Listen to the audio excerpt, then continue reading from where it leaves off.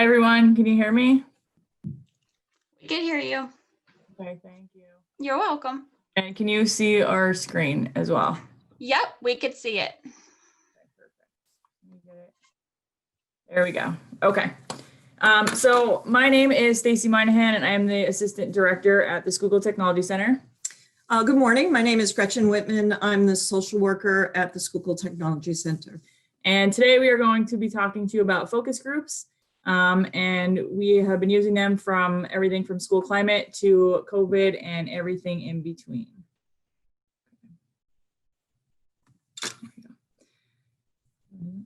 So our objective this morning is to help our participants understand how to use focus groups to gain a better understanding of data, to determine the actual problems you may be experiencing and finding the underlying root causes of issues you might be seeing. We also would like participants to be ready to run effective focus groups at their own schools so that they can make strategic, invaluable changes in their environments. So today, in order to get started, what we thought we would do is ask you in the chat box to tell us a little bit about yourselves. So if you could just type in the chat box your name, your role, your school, and then also let us know whether or not you have experience either with school climate and or with a focus group experience of your own. We'll take a couple minutes to see who we have.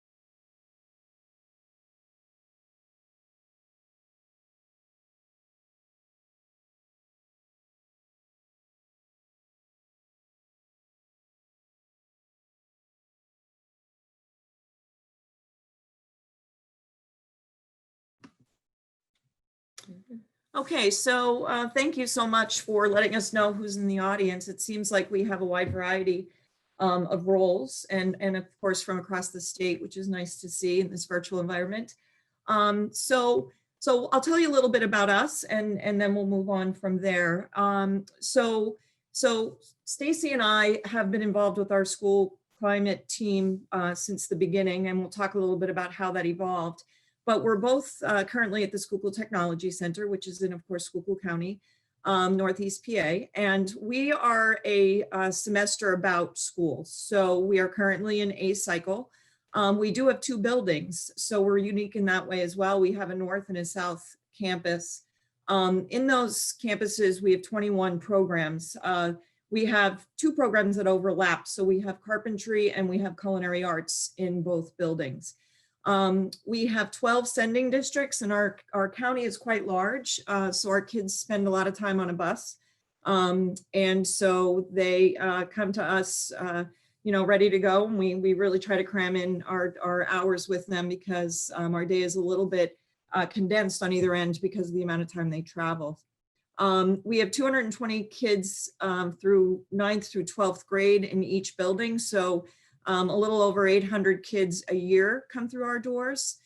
We have 85 staff members. We really feel like we have a great staff community that supports each other, and they also support our students and also our school climate initiative.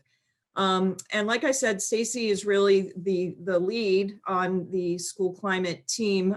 She and I together have been working on it since our onset, which was about 5 years ago. And again, we're really proud of that accomplishment because as any of you know who are involved in school climate, it takes leadership and it takes determination and persistence.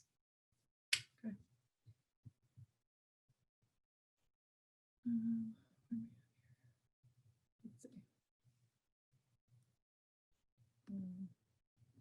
There we go. Sorry.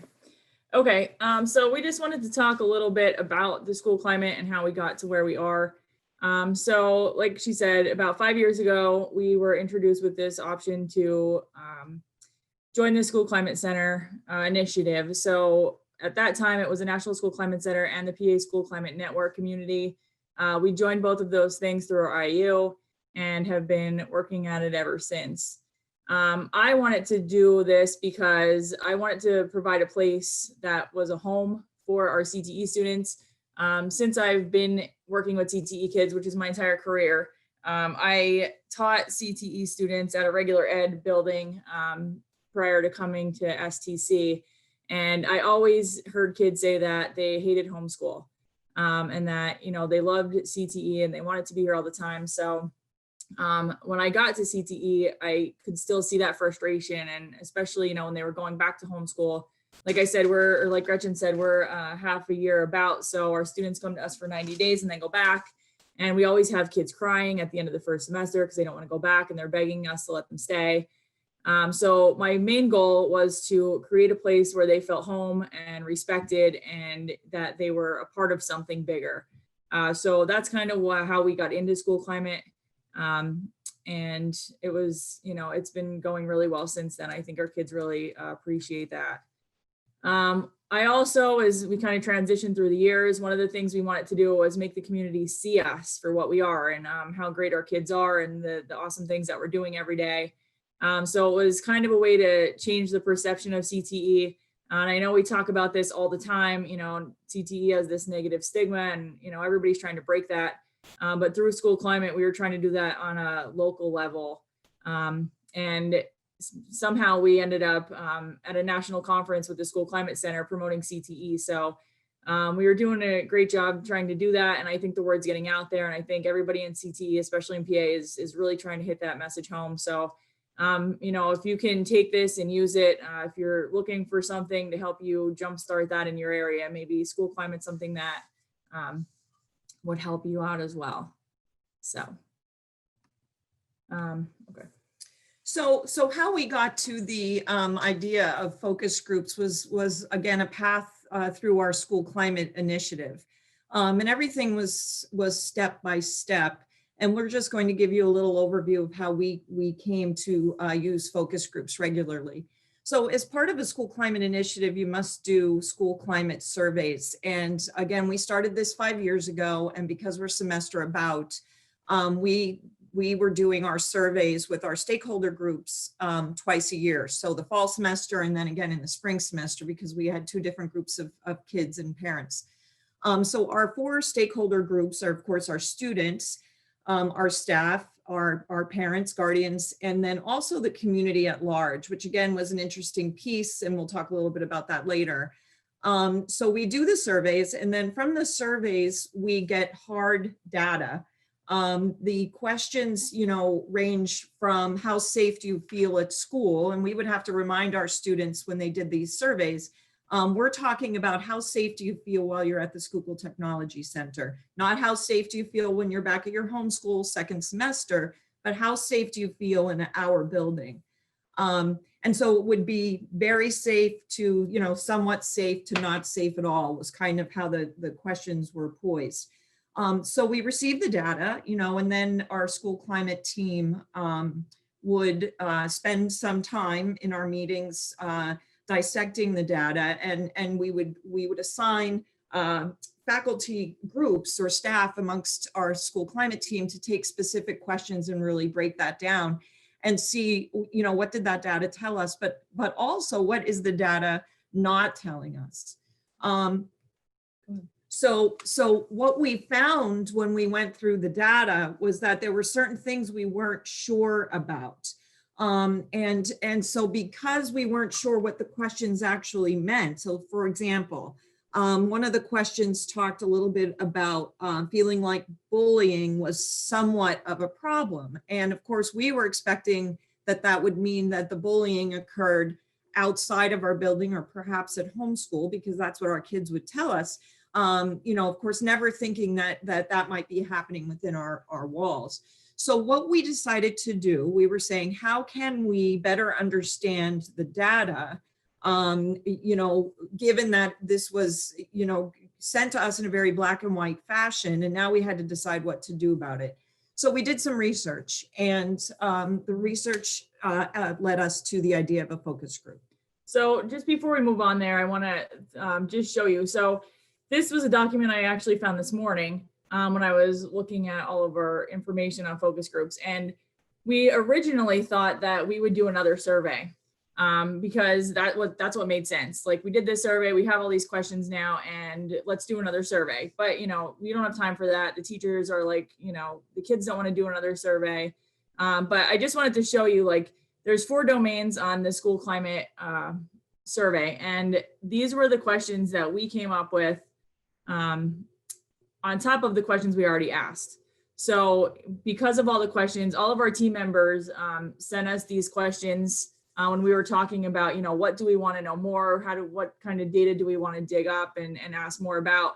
So we ended up here with 50 questions that our teammates wanted more information about. So we were going to give out this survey, and I'm like, we can't give out a 50 question survey where kids are going to write down information. And, you know, like, if you look down here, some of them are, you know, what do you dislike about your teachers? You know, they actually have to go on. It's not just a yes or no question, it's open-ended. So we knew kids wouldn't do it effectively. Some of them would, but most kids are just going to write NA or just write something simple so they don't have to be there forever, because a questionnaire like this would have taken forever. So eventually we got a little bit smarter, and we're like, there has to be a better way to do this than to show all these questions. And then that's, I think, where somebody came up with the idea of, hey, did we ever think about a focus group? So I just wanted to kind of show you the path there. I'm looking for it. Okay. So yeah, so someone brought up the idea of a focus group, and it really was, you know, we have the word epiphany there. It really was kind of a light bulb moment for us. We were like, well, why don't we actually sit down and have a conversation with our students and ask them what that question meant, or why they, you know, said they have trouble with their anger and frustration sometimes at school, because again, we weren't quite understanding what that meant. It could be taken either way. And we really wanted to know for sure. So we did some research on focus groups, and what we decided was, if we really want to know what's happening, we have to talk to the kids, but we have to talk to them again in a way that we have a conversation. So we really came to believe and support, and now are believers that, you know, focus groups are essential to understanding your data, or, you know, really to understanding a concern or a problem you might be having in your building. Well, and again, I think, you know, that last bullet point, the importance of student voice. I mean, I'm the social worker in the building, so I always am advocating for kids to be able to, you know, speak up in a respectful way, and to advocate for themselves. And again, so this really fit, of course, with my, you know, my understanding of what young adults need to learn how to do. And again, the focus group kind of gave them the opportunity to do that.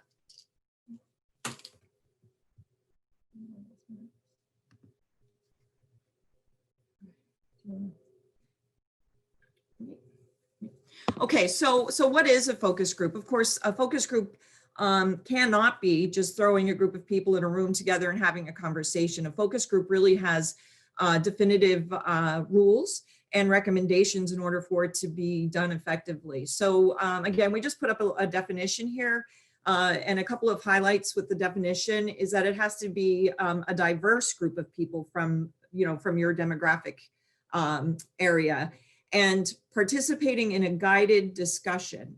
So not open-ended, not long-winded, not off topic, but it's a guided discussion with someone they trust, or with people they trust, about a particular product or topic before it is launched, to provide ongoing feedback. So again, it kind of gives you the parameters, the definition gives you the parameters of what you need to be. It needs to be very data-driven, with rules and with guidance and with a clear beginning and end. We also on this slide have kind of our research tools that we used.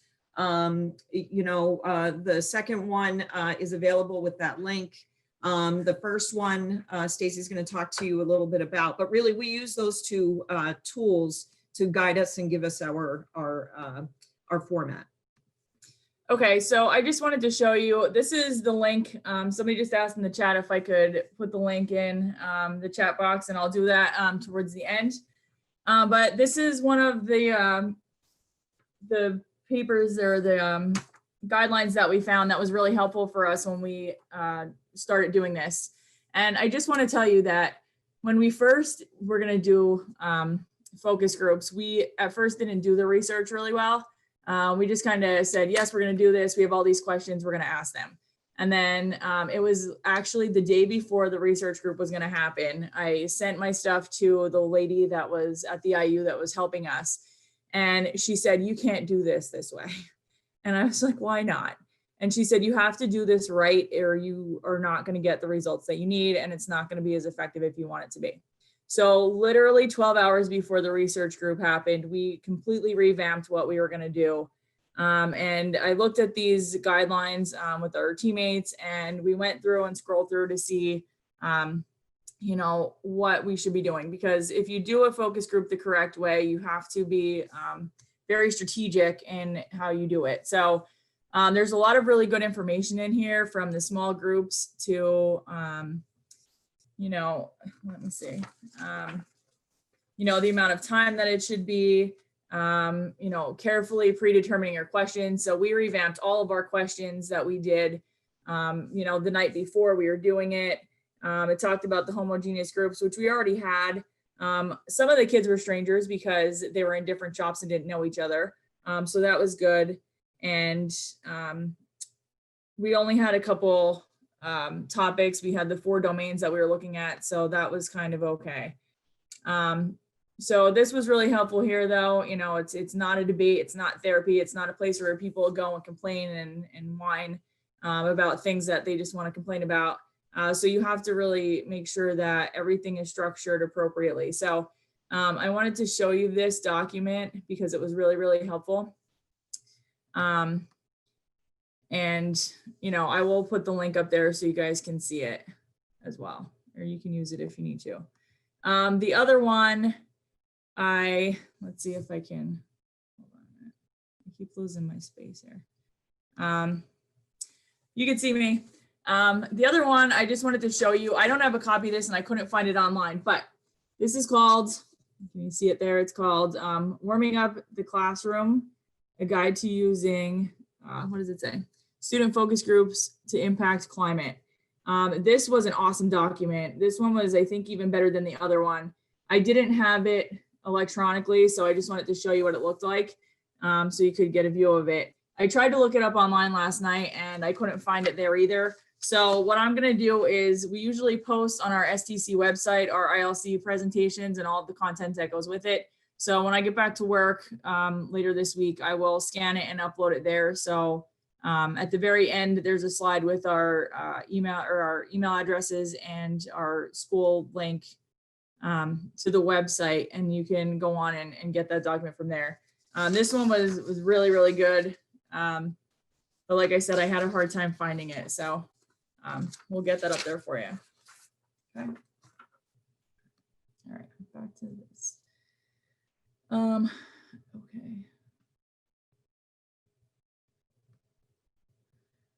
Let me just make sure I didn't miss anything. Okay, so those are the 2 documents that we have there. All right, so now we're going to go through the process and talk to you about, how we did this and what we did. So this is obviously the most important part. Like I said, making sure you're structured and strategic is super important to making sure you get the information that you want to do. So the first thing that we did was student selection. We know from the documents and the research that it needs to be random.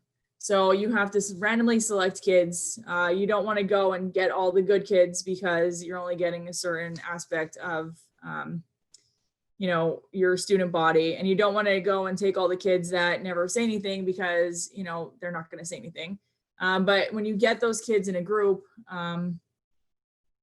they tell you, everything across the board. You're able to hear from everybody's perspective. And I think one of the things that we did was that everybody had to participate We told them that coming in when they set everything up, and I'll show you the script a little bit later.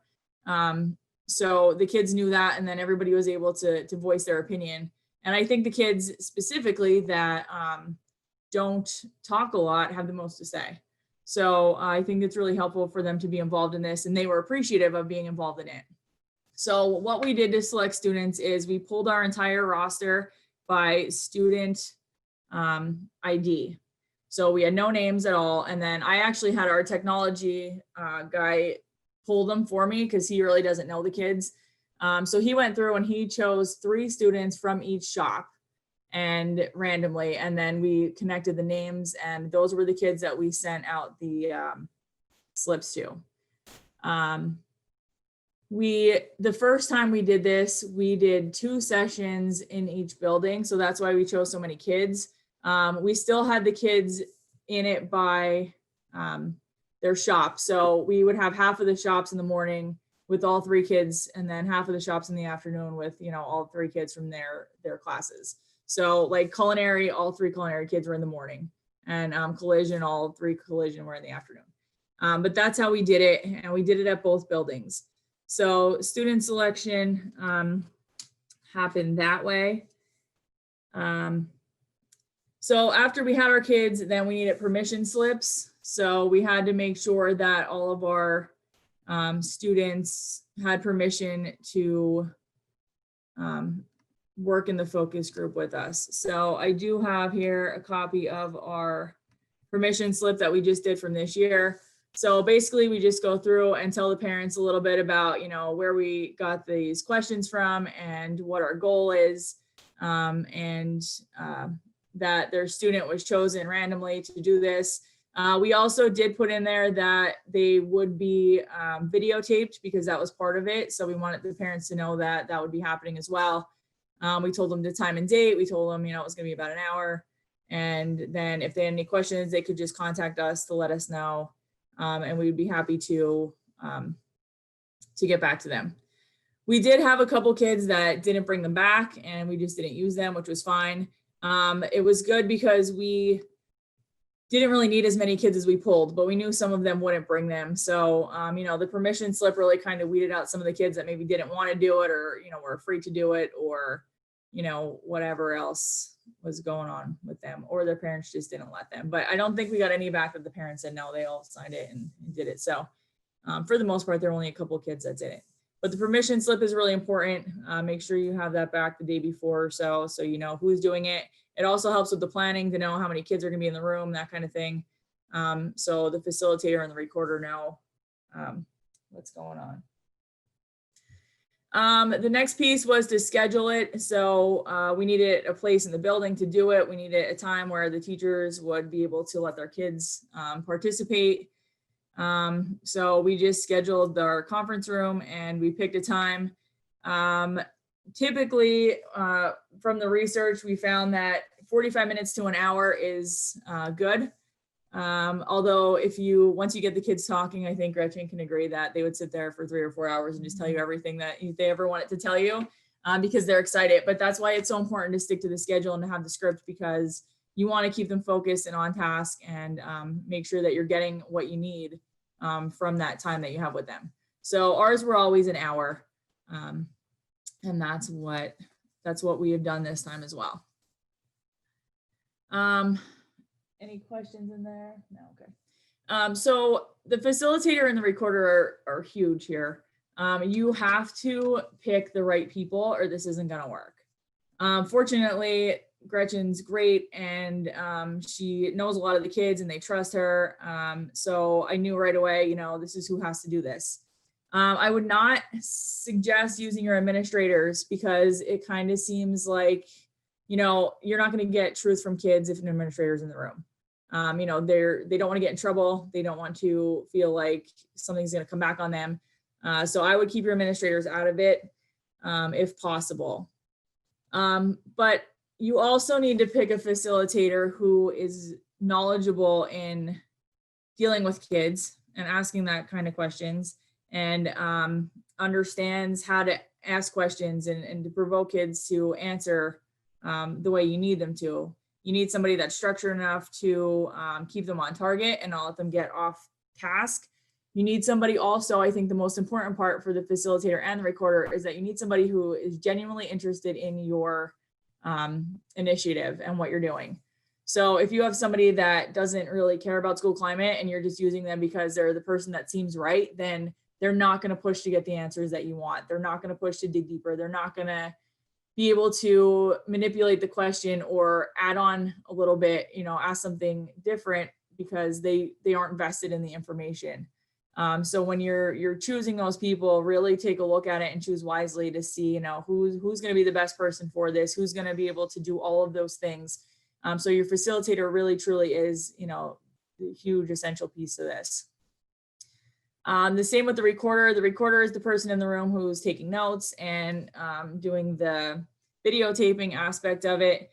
So that person, I think, should be able to multitask really well because they're listening to the kids and they're typing it up and they're making sure that it's recording correctly. So that person could be your IT person. We use Lisa Worthy. She's our CIS teacher or computer teacher. So she's good at all those things. And she's also a really important member of our school climate team. So she just, made sense for us. And fortunately, she was willing to take an hour out of her out of her time in the classroom, have her kids set up on Google or whatever. So she could help us do this. And I think, Gretchen and I were talking about this yesterday, that having that other person on the team with you, they can also help to, modify the questions as you go along Yeah, and the way we did it, Lisa and I work really well together. And like I would ask a question and be so focused on the student and the student's answer.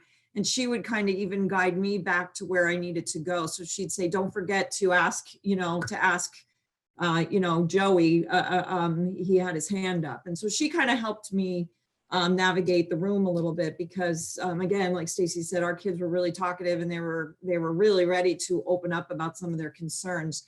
So it does help to have another person in the room. The way we set it up this time because of COVID and social distancing, we just did this a couple weeks ago, but we actually had a laptop ready to video record, and Lisa sat with another laptop and followed the script. We had a script, which Stacy will talk about. We had a script form, and she just filled in the blanks with what the kids said. She kind of transcribed it. So I could focus and concentrate on actually the conversation and guiding it, and she could focus on actually getting the information so that we got it right, which is why the audio video recording also helps because you can come back and say, what did that person say? The other piece about the whole thing, I think that's important, and Stacy touched on it, these kids are really becoming a little vulnerable because they're opening up about some things and perhaps they've never been asked before in an educational setting. Like, how do you feel about your teachers? For example, let's just say that's one of the questions, or how do you feel about your instructor? Sometimes they're a little leery about opening up about that. And I would suggest that if you're going to use someone, thoughtfully choose someone who is going to be able to validate what that student says, not necessarily agreeing with them, but just kind of thank you for your your feedback, or thank you for your participation. I really appreciate your point of view. Because again, if you set that tone correctly, again, the rest of the participants in the room will feel more comfortable, maybe taking that chance and being vulnerable and being able to express perhaps a negative, quote unquote, perception. So before I show you this next piece, the determination of the questions was really important. So I showed you that other document before, just so you kind of had an idea of, how many questions there were. And we had to whittle it down to, I think we used 12 the first time. And this time I think we had 10. Mm-hmm. So you're taking all of those things that you want to know and trying to make them into questions that are going to get you the most answers possible. But you have to make sure that when you're scripting your questions, the wording is super important. You want to use things like tell us how you feel about, or what are ways that you can, we can do this or that. So they need to be open-ended questions. So students, there can't just be one right answer, and there can't just be one yes or no, okay? Because you're not going to get anywhere. So I'm going to show you this for two reasons. First of all, the questions are on here. They're in the left, on the left-hand side here. These are all the questions we just did with our COVID focus group a week or two ago. We had, a couple there and we added some at the bottom. But the other reason I'm showing you this is because we created this form before the focus group, so we were ready to go. We had all the questions pre-populated in the left-hand column, and then our recorder, Lisa, all she had to do was just type in the boxes, what the kids were saying. So she just had some overall things, opportunity for future, can't be taught in regular homeschool, different things that the kids were saying. And then the video recording is helpful because if you want, let's say about number 2 here, tell us how students treat each other. If we have questions about, what they said, we can go back and actually listen to the whole conversation to see, what actually was said. And then other people can hear what happened in the room, and maybe we can get some more information even that way. Because it is hard to type and listen to those kids and try to make sure you get the essence of everything. But this form made it a lot easier for her. She actually created this the first time we did it, and we just kind of replicated it again. And then we give this out at our school climate meeting to all of our school climate members as the group in one of our meetings. And then we analyze the data that we got back. So over here, which we didn't get to do yet, our group response will be, how are we going to fix this? Or what initiatives do we have that can help this? Or how can we make sure we're connecting this? Or, hey, we're doing great. Or, parent group helped to make this better than it was the last time. Because some of these questions that we use this time were the same as last time, because we wanted to get an idea of, are things changing? Are they still the same? Where are we 5 years later? But again, we wanted to make sure that we got a lot of stuff in here about COVID, because obviously, there's so much going on, and the kids, everybody's overwhelmed and tired. And we wanted to know how the kids felt. Are they worried? Is there something else we can do? I mean, we've really been trying to focus on their social emotional well-being and, what we're doing for them and how we can look every day at what we can do to make their day better, even when they're in school, or, if there's things we can do at home. So we wanted to know how they felt.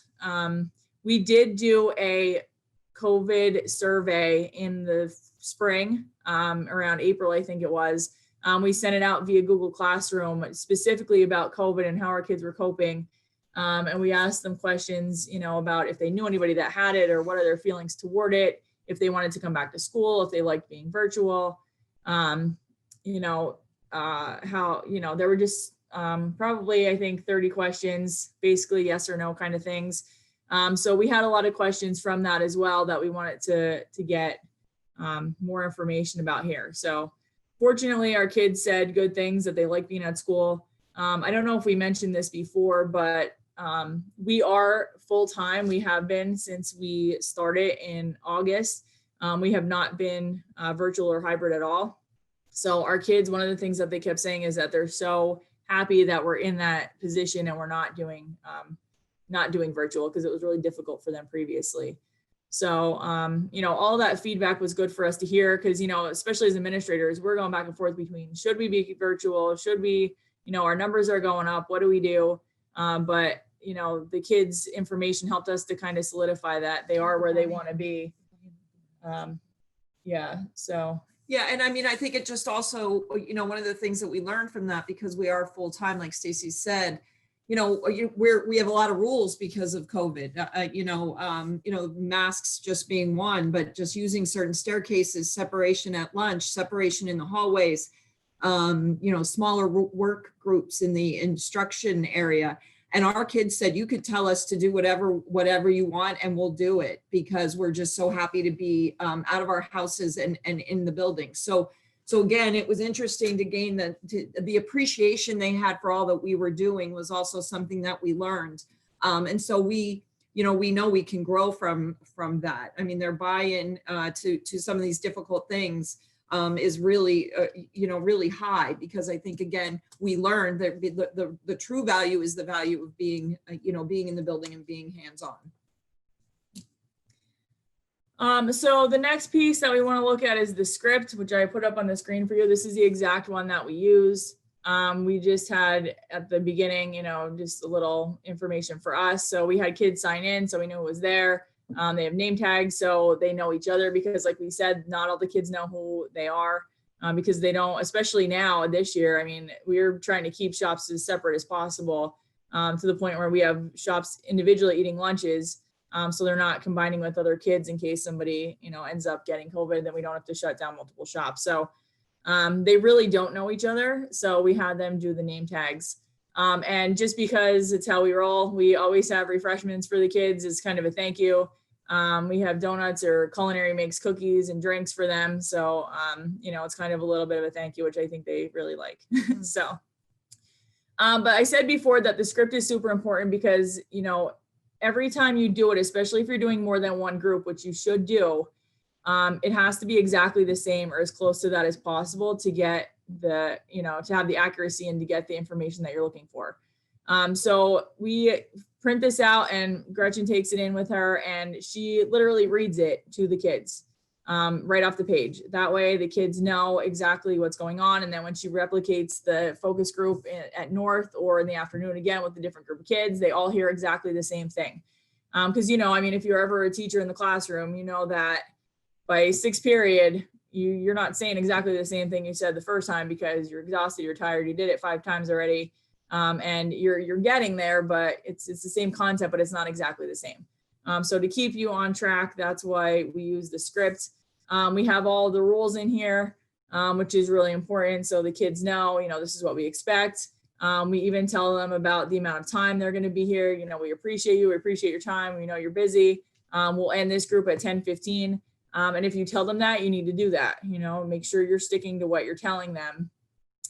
And I think one of the important things for us and for any CTC is that when you do these things, and even we do this even for the surveys, when we give them, we tell them that the information is based on STC and not your home school. So we want them to make sure that they're giving us the information about our school and not somewhere else, okay? So on the script also, this is, like I said, what Gretchen uses as opposed to the facilitator, who is Lisa. I showed you the recorder, sorry. I showed you Lisa's Excel sheet that she used, and then Gretchen has the same thing. So the questions that are on the Excel sheet are all here on this sheet as well. So Gretchen just goes down, she reads them through them to the kids, and then the kids obviously respond. So I do also have this reporting form down here at the bottom. Gretchen can also take notes if she wants to, in case there's something that she hears that she really wants to talk about later. I know Lisa does a really good job of recording, so, but it's just another way for her to actually record some information as well. If there's something that catches her, she could record her information as well. So that's super important for your facilitator to have with them as well, to keep them guided. Like I said, refreshments are important because, any time a kid can get a donut, they're like stoked. So definitely do that part. Do you want to have the importance of that? So one of the things I also think is really important and asked to include on the screen was, I just really think the kids need to understand what the purpose of this is, because again, they may think it's just one more thing they have to do. And unless you link it to an outcome, I think you'd have trouble with the buy-in that we've been getting. And I think part of the reason why we get buy-in is because we've been doing this for 5 years. And what we tell the kids is, this is what the focus group in the past has led us to accomplish. So for example, one of the things we found out early on in our 5-year process with School Climate in our focus groups was the kids saying, we love our technical school so much, but we feel like all the activities and events are really geared at homeschool towards the kids that stay there year round. And we wish we had some of those things here at STC. And so what we developed, and now what's become kind of a tradition, hopefully with COVID, we can get back to the tradition because we had to cancel it in the spring, but we have what's called the STC Spring Fling. So we created our own semi-formal prom kind of event for both cycles to come, A cycle and B cycle kids. And it's just phenomenal. I mean, it really is something that has developed into a tradition And, you know, we do the whole thing. The kids get really dressed up and they have a DJ and we have photos, you know, photo booth and also a professional photographer to take their picture with their date or their friends or whomever. And so when I do the focus group, I say to the kids, listen, we didn't have the spring fling before the focus group process started in School Climate. And from School Climate, we realized, well, why aren't we doing some of these things? And so we implemented some of our own activities. And that's just one example. I mean, there are many that came out of the School Climate Initiative, but the spring fling would be one that the kids just love and can't wait to attend. So when they understand that them participating in this might lead to change, again, I really think you get the buy-in that you need. Okay, so, you know, that's basically the process that we have. The videotape, like I said, you want to videotape it so you can go back and listen to it. You can go back and watch it as a group when you're meeting, when you're analyzing the data. You know, somebody might look at something then that came up in the box and be like, well, what does that mean? So if everybody kind of listens to it together, you can go back and be like, oh, well, you know, this is where it came from. This is how it came about. You know, especially if it's something negative there that you weren't expecting, you can kind of hear the whole thing and be a part of that, that conversation afterwards. So then the final piece obviously is to analyze the data. Like I said, we showed you on that Excel chart, we go through and we comment, and then we determine, you know, what the real underlying issues are, because I think that's the most important piece here, is finding out what those issues are. And, you know, why are we seeing these things surface level, you know, what's going on underneath that we can fix? Because, you know, like we'll say over and over again, you can't make strategic changes unless you know what those underlying issues are. And that's what we're trying to do here with this process. So again, I mean, that just leads into this slide. Yes, so your surface data doesn't really give you the exact issues. I mean, it might give you a lead and it may point you in the right direction, or it could mislead you. And you might think you understand what they're telling you because of a survey, but you may not really know what the root cause is. So, and again, we found that over and over again, and we'll give you a couple examples of that. So, so there were some underlying causes that we weren't aware of, and if it weren't for the focus group, we would not have known. And so we were overlooking some things that, were not surface level. And a couple examples of that. So on the bullying issue, you know, schools put a lot of resources and effort into anti-bullying initiatives, and because of School Climate, we did change some things that really, really mattered. But what we thought, because again, we were thinking these kids love it here, they tell us they love it here, we weren't really seeing bullying necessarily in our buildings. Not to say that we didn't have it ever, but we just didn't understand what they meant. And so in the survey, it said that sometimes there is bullying at STC. So in the focus group, we got a chance to really talk to them about how, where and how, and what are we missing and why don't we see it? So one of the things they told us was that it wasn't necessarily in their own program. So it wasn't the carpentry students necessarily bullying the carpentry students. It was that the carpentry students, perhaps in the welding students, would have a rivalry that may lead to some bullying in the hallways or in the stairwell or in the cafeteria. Yeah, of course, the cafeteria is always the big place, that unstructured environment. So or for example, maybe, you know, cosmetology, because they're primarily female students, not always, you know, again, we're always trying to get that non-traditional student in there, but perhaps some of the predominantly male shops were harassing them with certain issues. And again, we didn't necessarily know that was happening, that it was shop to shop. So what we did was, because again, when we started to talk to these kids and they started to tell us this, they said, you know, you guys do a lot of competitions that are shop against shop, you know, just kind of fun things that we would do. And they said, what we really need to do is intermix the kids, the students, so that the kids can get to know each other in different programs and kind of build a coalition amongst the students, amongst the shops, and have it be that again, we're encouraging unity versus, you know, we thought competitiveness, but that sometimes would end up being, you know, a power struggle or bullying. The other thing we did because of the focus group was they said, it's not easy to report. Like the one thing that teachers tell us to do all the time is to tell an adult, and they say, look, that's probably not going to happen. I'm not going to be able to come up and tell someone when I have other students in the room. So we created a what we call our bully box, and it's all electronic. It's on our webpage. Parents know about it, teachers know about it, kids know about it, and anyone now can report a bullying issue, whether they see it on the bus, in the cafeteria, even back at homeschool, and it can be reported either with your name or anonymously. The administrators and the social services, the support services for the students, we all get it right away in real time, and then we can address it. And again, that was one of the improvements that we made because of, again, talking to the kids in the focus group, we realized we were missing something. The other piece they told us in the focus group, because they talked about how, again, at homeschool, they feel a little disconnected, and they wanted to have more appreciation, more respect back at the homeschools, is they said, no offense, but you guys are using adults to recruit, to bring students here. What we really think you need to do is to use us.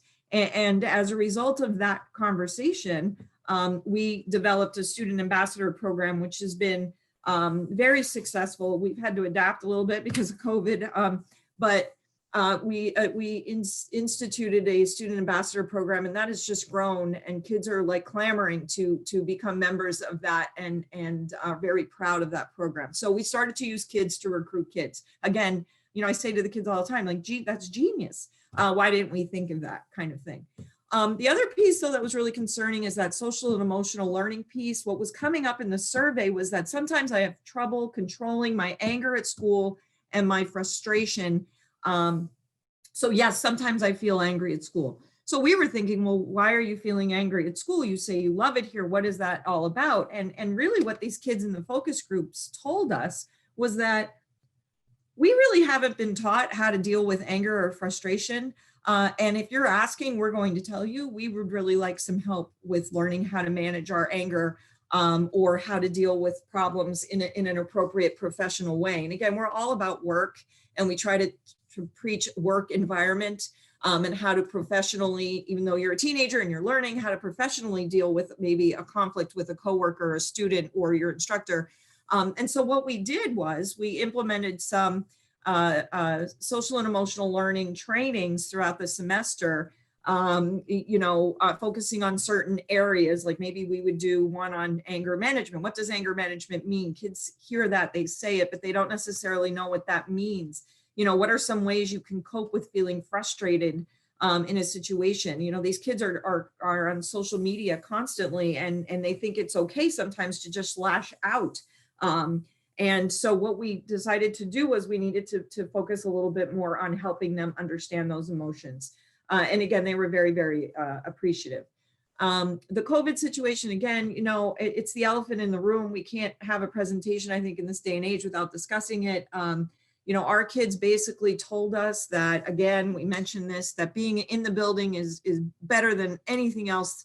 And they're more appreciative of it now than ever. However, with the situation looming and with the possibility of going hybrid or virtual at some point in the future, what they told us was, can you please give us some time in our Google Classroom or Google Meet or Zoom meetings to have some time informally to talk to one another and chat in the way we would if we were in the classroom, during first period before we get started on things, or maybe in the cafeteria or in the hallway. We really missed that informal relationships with our peers, because our teachers are doing a great job of teaching us the content. But what we miss is being able to say, hey, did you get your driver's license on Saturday? So-and-so, you said you were going for your test. How did it go? They were really looking for some time in a virtual environment to have some informal discussion. And again, what we did then was we went back to our teachers and talk to them about somehow embedding that into their virtual platform. So again, what we've learned and what we want to share with you is that true change, effective change really cannot happen with just surface level data. And again, the surface level data is important and it leads you somewhere, but it doesn't necessarily give you access to the solutions. And so focus groups can give you the ability to do that. So basically we just wanted to let you know that, if you ask, they will talk. No matter what focus group it is, no matter what topic it is, no matter what situation, like the unknown, COVID situation, nobody has the answers, right? But we need to know what's happening so we can try to do our best to fix it. And I was thinking this morning when I was listening to the first presentation at 8 o'clock, they were talking about all this virtual stuff, and I never thought about all of you potentially being virtual or hybrid at this time and not in school full time, because we are. But I think I was talking to Gretchen right before we started, and I said, I think this would be a great thing to do virtually, especially if you're hybrid, because you can do it via Zoom, you can video record it, and you can do it on the day when your students are potentially at home. So they're not actually missing in school class. They might be missing an hour out of online work, but you're not pulling them from somewhere that they need to be. So if you are virtual and you're thinking about doing this or hybrid, I think it could be done definitely in that virtual platform as well. So, and our just one disclaimer is that be careful what you wish for, because we have fortunately had mostly positive information that we got back, and some things that were minor, but if you don't have a good culture to start with, and I mean, honestly, at the beginning, we really didn't either. We were kind of up in the air. So we were able to fix the things that we could fix quickly. However, if you're in a situation that things aren't good, then you're going to get answers that you might not want to hear. And once you hear them, you have to deal with them, or else, and I think that's one of the biggest pieces, is that once these kids tell you what they feel and what they do, you have to do something about it. You can't just take this information and have it and not fix things. So if you don't have an administrative team that wants to fix things, if you don't have people that are willing to put the extra work in, I mean, we have very few people here that are willing and able to help because, of schedules and things. And I mean, I call them my dream team. I got 4 or 5 ladies that just do whatever I ask them to do, and they help me out whenever. And I work them so hard, and I feel bad, honestly. And I do tons of work myself to make sure this works. But if you are not willing to put in all those extra hours, then don't ask the questions, because the kids will never tell you anything again. If they know you're just asking them and nothing's happening, like she said before, we had the dance, we had the bully box, we made things happen because we asked. But huge disclaimer there, like if you're going to do this, make sure you're willing to put your side in too, if you want it to continue. So basically we are just putting out a focus group challenge. So we want you, obviously, whenever you go to a presentation, we want you to use what you learned. So, determine your need for focus groups, do the research on the focus groups, look at those. There's all kind of information out there about them. You can just Google it, get engaged in the process, confront your issues, make some changes, and try to improve your educational experience for all of your kids in your school. That's, I know we're like running over here. So that's what we have. Like I said, you can email me if you need to. I have all these things. I will get everything on our website, which is over here, stcenters.org. And you can download or use whatever you need to do, modify it. That's fine with me. And if you have questions along the way, please feel free to reach out and let us know. We're willing to help. We have all kind of information and experience. So that's where we're at. Yes, thank you very much. Thanks for your attention. Okay. Have a great Thank rest of your you. day.